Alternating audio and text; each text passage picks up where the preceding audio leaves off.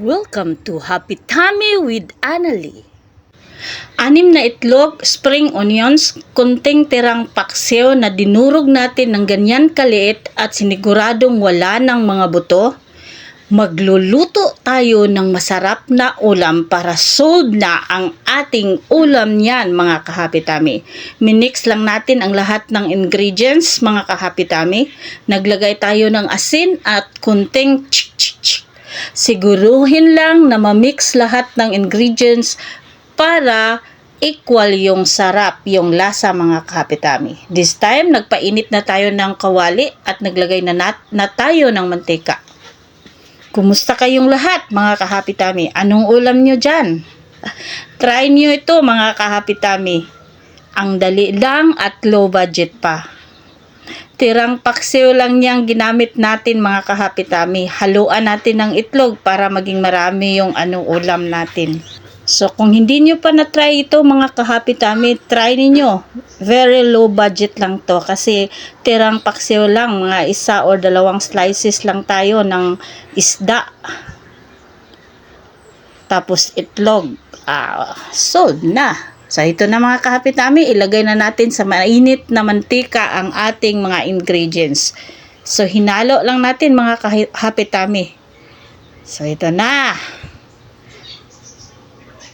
Tapos hintayin natin na mga kahapitami. Magiging mawala na yung liquid, saka natin baliktarin.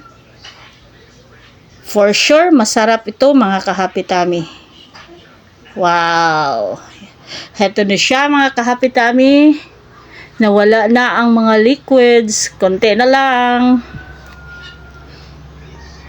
Sobrang sarap nito mga kahapitami, kaya huwag nyo nang patagalin. I-try nyo na pag may tirang paksiw kayo at itlog. So ito na ang most challenging part mga kahapitami for me, ang pagbaliktad. Okay. Nice. So, okay lang yan. Parang muntik ng masunog, no? Pero, ganyan klase ng pagkaluto ng itlog ang gusto sa isa naming anak. So, okay lang yan. So, ngayon, balik na natin sa stove at lutuin yung isang part. So, ito na siya mga kahapitami. Tapos na ang ating itlog with konting tirang paksiw and with spring onions. Wow! Gutom na! Kain na tayo! Thank you for watching mga kahapitami. Huwag kalimutan, siguraduhin wala ng buto ang mga paksiw. Wow! Ang sarap nito! Nice. Sold na ang ulam natin.